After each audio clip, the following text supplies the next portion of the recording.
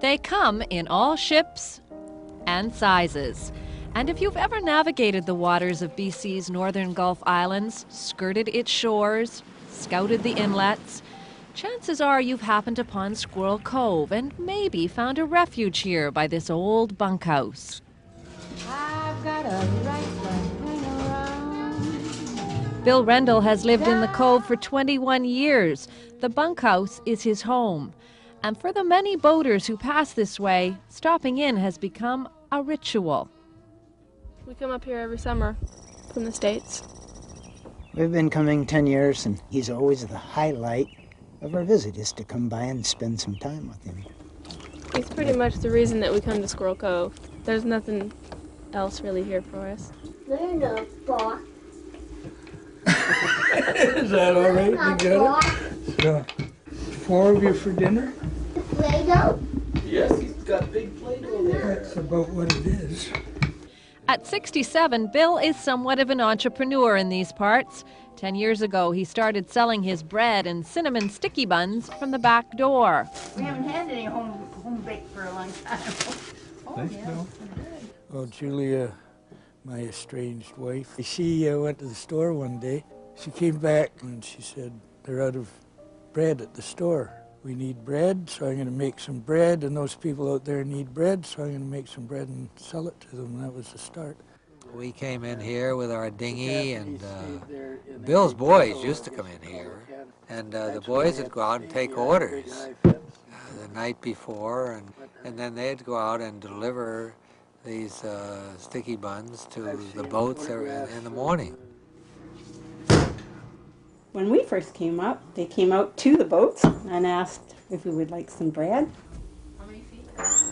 Bill made these friends, Angie and Dawn, they had just gotten married, and he made them a beautiful braided loaf of bread and presented it to them as a, as a wedding. Yeah.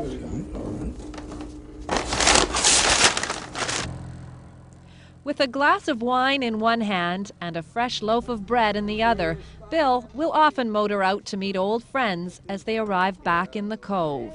Welcome. Welcome, welcome aboard Parquin. Yes, another nautical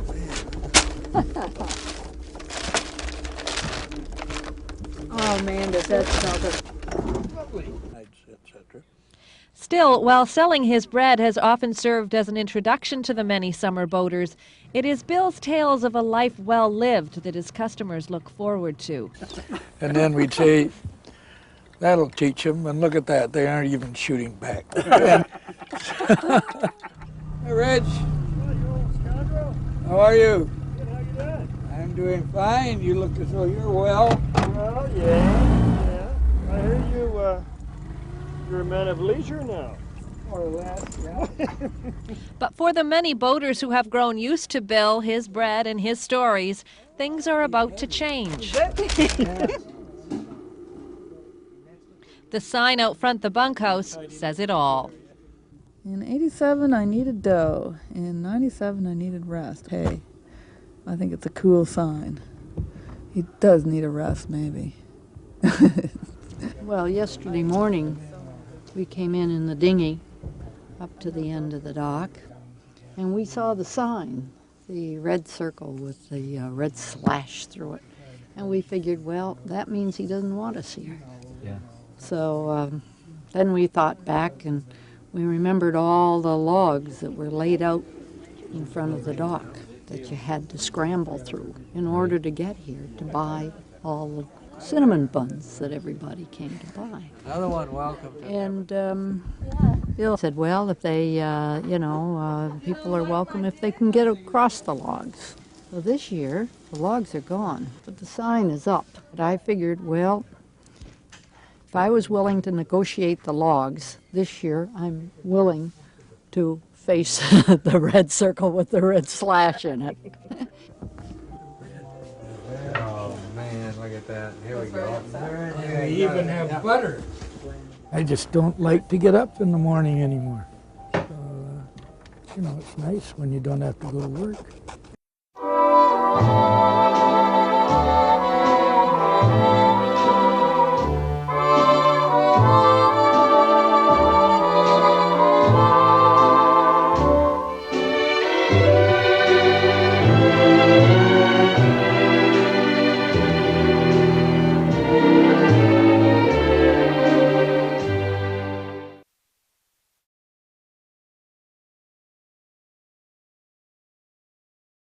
I've already shaved, folks. Anyway. Are you gonna? I gotta do this again? Oh yeah, just go right down the ramp. Hey, go ahead. I gotta lock the door. Oh, okay. Suppose you You want go to down see my first. secret door lock. Oh, I know. I trick, gotta do go you? first.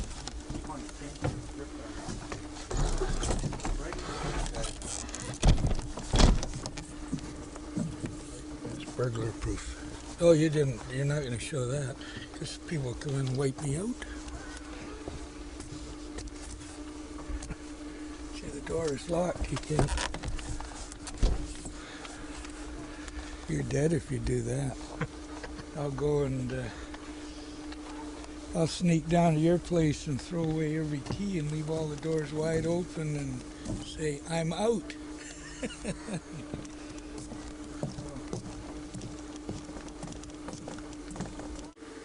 I was complaining about a digger, a mechanized digger they were using on a beach similar to this one right here.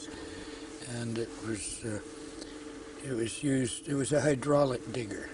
And what it would do, it would blow water onto the beach, undermine the clams, they'd shoot up, and then they'd just pick them up. And then they also had some sort of a conveyor system. Right. And it would go along and pick up all these clams and stuff, and up it would go onto a barge, and then all the tailings would go off the end. So this is the big hydraulic that they sort of killed Von Donop Inlet with. And my argument was, a couple of guys came back with a hand deal. Mm-hmm. And it was just as efficient, but it took longer to kill the beach. Yeah. So I went down and I was complaining to the people in Vancouver. Oh, I've forgotten the point of my story. William was with me. And I stood up in front of his desk and I did this in his desk, and I remember the point now. And they said, come on now, you people, you got to get with it, and so on. It's a typical bureaucratic mess you've allowed to redevelop. And he said, well, we have to help bring the clam diggers out of the dark ages, and this is mechanization. That's when I did this. And out of the dark ages. I actually called him a couple of rude names, and his mouth dropped open, and I said, listen, there's more PhDs on the beach, and this was the truth. There were more people with MAs and PhDs working at digging clams at that time than there were in that edifice of stupidity on Pender Street, you see. So, and you can publish that one. And so they stopped. Assume this was a park. And look at and it could very well be a park, and look at all the activity you see from these boats wandering around the park. There's nobody ashore. They come up and they look at it for 2 days and say, aren't those trees beautiful? And then they go away. They don't use it. Now, how far back do the parks go in land-wise? Oh, they take a lot of, I haven't got a chart here, but they take up a lot of land. I was showing off last summer in this same raccoon, I think. I was just getting it to take food out of my hand, and I made a mistake. I offered it a piece of food like this. And it came up to me and took my hand in each of its hands. They are hands, they aren't paws. And it took them, as soon as it did that, and they got a grip of steel. Yeah. And as soon as I felt this, I thought, oh, I've made a mistake. Yeah. Now what do I do? Because if I did it quickly, well, he might have really gone after me, but her mouth was open. So finally, she thought this food continued right through my hand, so she bit right through my finger. Oh, geez. And there's about 8 people I'm showing off to feeding my pet animal. There's blood spurting out the end of my finger. And the raccoon got annoyed at me because I jerked my hand away and everything. Right. So now I know how to hand them food. Right. It's sort of silly. I just take it from her. She's like, huh? This kid is great. Julia, my estranged wife, the girl who lives on the morning side of the mountain, and I live on the twilight side of the hill. Thank you. I like you. But they're world famous, you know. I remember the first year we were up here, you had a series of logs chained together. Yeah, well, That was a little slippery. got away without a lawsuit for several years. Last fall, I think it was. And they were French, and they invited Ben and me to dinner. Ben's my son. And we went out, and they said, come early. It's when there was I think it was a meteor shower or something. And they said, come on out and we'll have dinner and we'll watch the meteors and we'll have some wine. Well, it took us something like 6 hours to have dinner. The French know how to eat, you know. It's just beautiful the way they do it. And we didn't have anything to eat, really. You know, very little. It was simple fare. But they made it seem like a banquet. And, you know, you'd be just about to start to eat, and the host would say, well, come on out, and I think they're coming again. Pretend I'm Mike Tyson and bite your ear off. They call it used to be the fight of the night, now it's the bite of the night. Bite of the night.